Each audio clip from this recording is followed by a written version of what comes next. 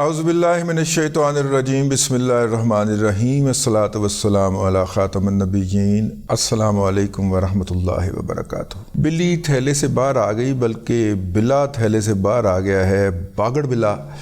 باہر آیا ہے، اور باگڑ بلا باہر کے آیا ہے وہ جو کہ تمام لوگوں کے اوپر این آر او کا الزام لگاتے تھے۔ یہ این آر او مانگتے ہیں کرپشن کا حساب دیں۔ این آر او کیوں مانگتے ہیں؟ یہ کرپشن کا حساب دیں۔ اب وہ کرپشن کے الزام کے اندر، چوری کے الزام کے اندر، لوٹ مار کے الزام کے اندر جیل میں ہے، اور کہہ رہا ہے کہ میرے خلاف لگنے والے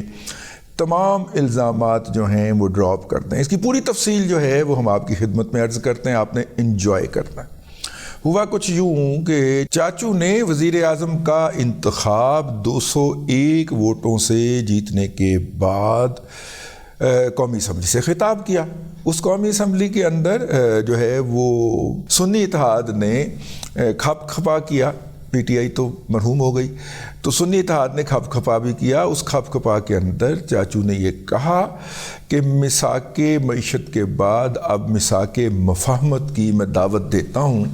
اور یہ کھپ ڈالنا بند کرتے ہیں۔ چاچو کے اس خطاب کے بعد اور پھر اگلے دن جناب بلاول بھٹو زرداری صاحب نے بھی خطاب کرتے ہوئے کہا کہ جناب اسی کو انڈورس کیا، اور خاص طور پہ انہوں نے کہا کہ 9 مئی کے اوپر جوڈیشل کمیشن بننا چاہیے اور چیف جسٹس کو اس کی سربراہی کرنی چاہیے۔ ظاہر چیف جسٹس آف پاکستان ہو سکتا ہے، کیونکہ 2 صوبوں کے اندر جو چیف جسٹس ہیں وہ تو پی ٹی آئی کے حامی ہیں، بلکہ پی ٹی آئی کے لیے آؤٹ آف وے جاتے ہیں، بلکہ ایک تو اب گھر بھی چلے جائیں، دونوں اب گھر جانے والے ہیں۔ لیکن اگر 2 صوبوں کا معاملہ ہے تو پھر ظاہر وفاق کے لیول کے اوپر ہوگا، تو وفاق کے لیول کے اوپر سپریم کورٹ ہے، اور سپریم کورٹ کے چیف جسٹس کی سربراہی میں انہوں نے ایک جوڈیشل کمیشن بنانے کا مطالبہ کیا۔ میرا خیال یہ ہے کہ اس سے بڑی باریک واردات جو ہے وہ یوتھیوں کے خلاف کوئی ہو نہیں سکتی، کیونکہ جب تک جوڈیشل کمیشن اپنی رپورٹ کمپائل کرے گا اس وقت تک یوتھیے اندر بیٹھے رہیں گے۔ اس وقت بھی جو یوتھیے اور یوتھنے جیلوں کے اندر ہیں وہ بنیادی طور پہ سپریم کورٹ کے اس فیصلے کے تحت اندر ہیں جس کے تحت فوجی عدالتوں کو کہا گیا ہے کہ وہ فیصلہ کریں، لیکن ان کا حتمی فیصلہ جو ہوگا وہ سپریم کورٹ کے حکم کے تابع ہوگا، یعنی کہ جو حکم آئے گا اس کے مطابق اس پہ جو سزا کا فیصلہ ہوگا اس پہ عمل درآمد کیا جائے گا۔ تو اگر جوڈیشل کمیشن بن جاتا ہے، اور ویسے کمیشن کی جو پوزیشن ہوتی ہے وہ ریکمینڈیٹری ہوتی ہے، سفارشات وہ مرتب کر سکتا ہے، وہ بائنڈنگ نہیں ہوتی کہ لازمی نہیں اس کے اوپر عمل درآمد کیا جائے۔ لیکن جوڈیشل کمیشن جو ہے اگر سامنے آ جاتا ہے تو اس باریک واردات کا جو جناب بلاول بھٹو زرداری صاحب نے ڈالی ہے، اس کا دوسرا خطرناک پہلو یہ ہے کہ جوڈیشل کمیشن اب کیسے ان چیزوں کو نظر انداز کرے گا۔ اب کیا judicial commission P T I کے اس دعوے کو انڈورس کر دے گا کہ یہ سارا کچھ پاک فوج اور آئی ایس آئی نے مل کے خود کروایا اور پی ٹی آئی کے اوپر جو ہے وہ لگا دی، الزام لگا دیا؟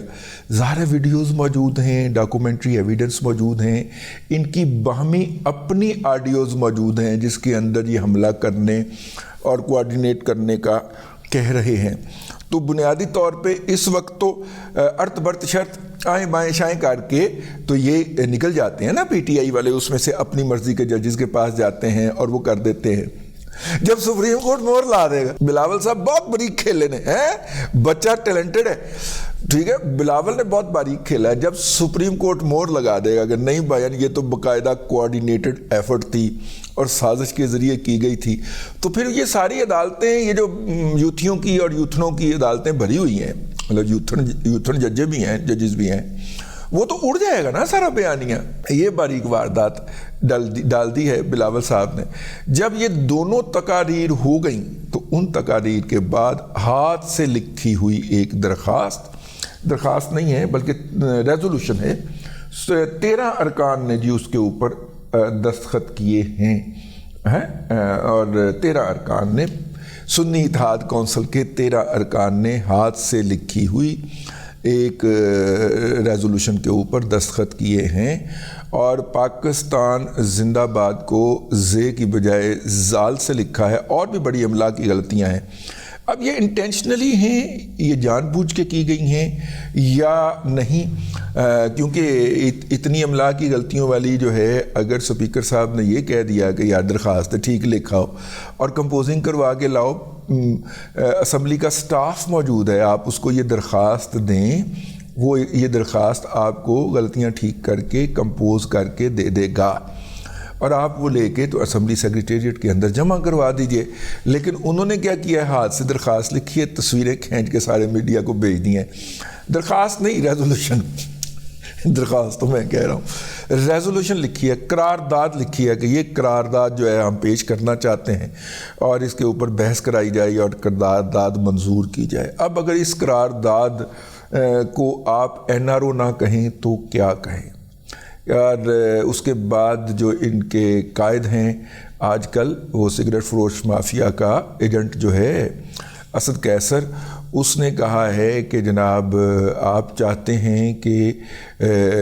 جو ہے وہ ہو میثاق مفاہمت، تو سب سے پہلے پھر عمران احمد خان نیازی کے خلاف جو آپ نے مقدمات درج کیے ہوئے ہیں وہ ڈراپ کریں، وہ ختم کر دیں۔ اچھا جی،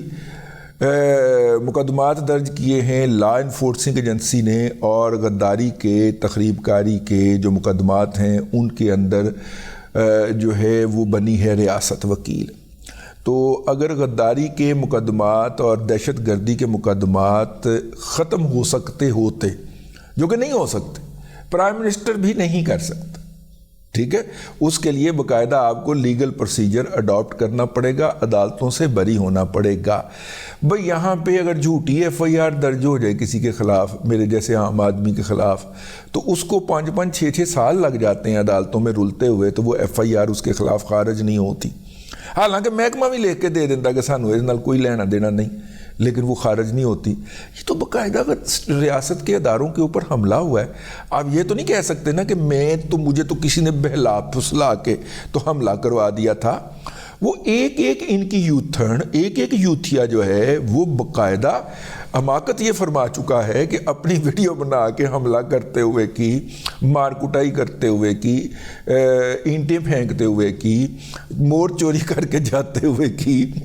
کور کمانڈر کے گھر سے سالن اٹھا کے جاتے ہوئے کی، گاڑی پہ بیٹھ کے گاڑی سٹارٹ کر کے پاک فوجیوں کا جو ڈپارٹمنٹل سٹور ہے سی ڈی ایس پہ، اس پہ باقاعدہ ٹکر مار کے اندر گھسنے کی اور اندر سے موبائل چوری کرنے کی، میاں والی کی ایئر بیس کی دیوار گرا کے اندر گھس کے جو مگ 21 کا جو ہم وزن تھا چائنا نے بنایا تھا،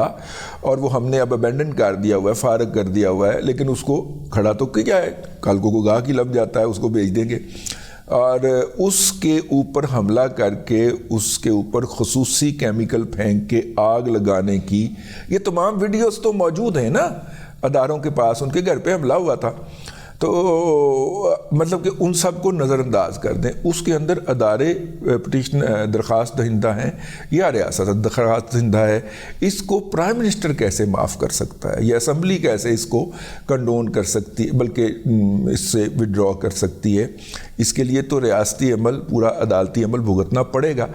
لیکن پھر میرے ذہن میں آیا کہ عدالتی عمل تو آپ کے اور میرے لیے ہوتا ہے۔ یہاں تو اس لاڈلے کے لیے رات کو 10 بجے تک جج صاحب بیٹھے پوچھ رہے ہوتے ہیں عمران خان صاحب پہنچے کہ نہیں، عمران خان صاحب پہنچے نہیں، خان صاحب پہنچے کہ نہیں۔